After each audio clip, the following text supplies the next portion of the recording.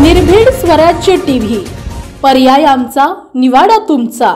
बुलढाणा जिल्ह्यात गोवंशाची तस्करी होत असल्याच्या अनेक घटना हिंदुत्ववादी संघटनेच्या माध्यमातून समोर आणल्या जात आहेत। त्यांच्यावर पोलिसांकडून कारवाई देखील केली जात आहे।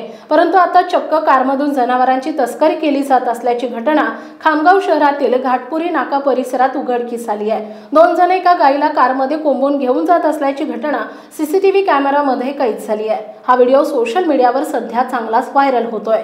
या प्रकरणी शिवाजीनगर पोलिसात अज्ञात आरोपी विरुद्ध गुन्हा दाखल करण्यात आला असून पुढील तपास पोलीस करतायत।